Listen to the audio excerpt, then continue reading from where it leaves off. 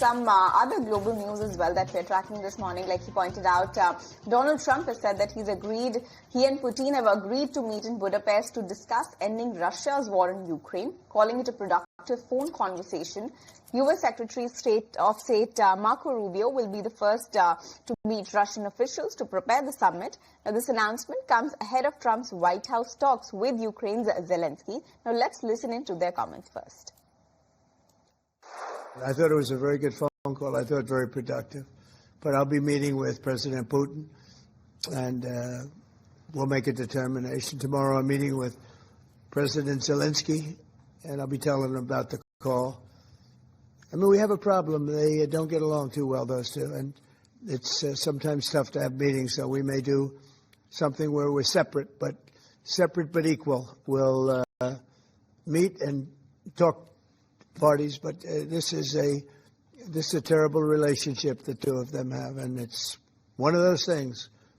I've seen things that nobody would believe, but this is one of them.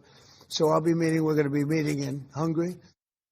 That's the word coming in from Donald Trump, but more commentary coming in to track from the United States. A Fed Reserve Governor Christopher Waller said he supports another 25 bips rate cut this month, citing signs of labor market softening. He noted GDP remains solid, but job demand is weakening, allowing focus to shift from inflation to employment concerns. Listen to what he had to say.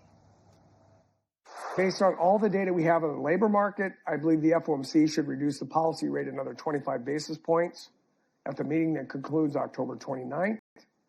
But beyond that point, I will be looking at how the solid GDP data reconcile with the softening labor market. If GDP growth holds up or accelerates and the labor market accordingly recovers, it might be an indication that policy is less restrictive than I thought, and the pace toward a neutral setting for the policy rate should be slower than I expected at the last FOMC meeting. All right, so those are some comments that we're tracking from the Federal Reserve. But moving on, China's Commerce Ministry has slammed U.S. for deliberately creating panic over Beijing's new rare earth export controls. Spokesperson He Yongqian said that China's measures are about national security, not dominance, and reaffirmed Beijing's openness to trade talks. U.S. Trade Representative Jamieson Greer has earlier accused China of trying to control global tech supply chains. And Taiwan's TSMC smashed expectations with a 39% profit surge in the third quarter, fueled by booming demand for AI and 5G chips. Revenue jumped 30% with its high-performance computing unit driving 57% of the sales. The company also raised its 2025 growth forecast, citing unstoppable AI momentum.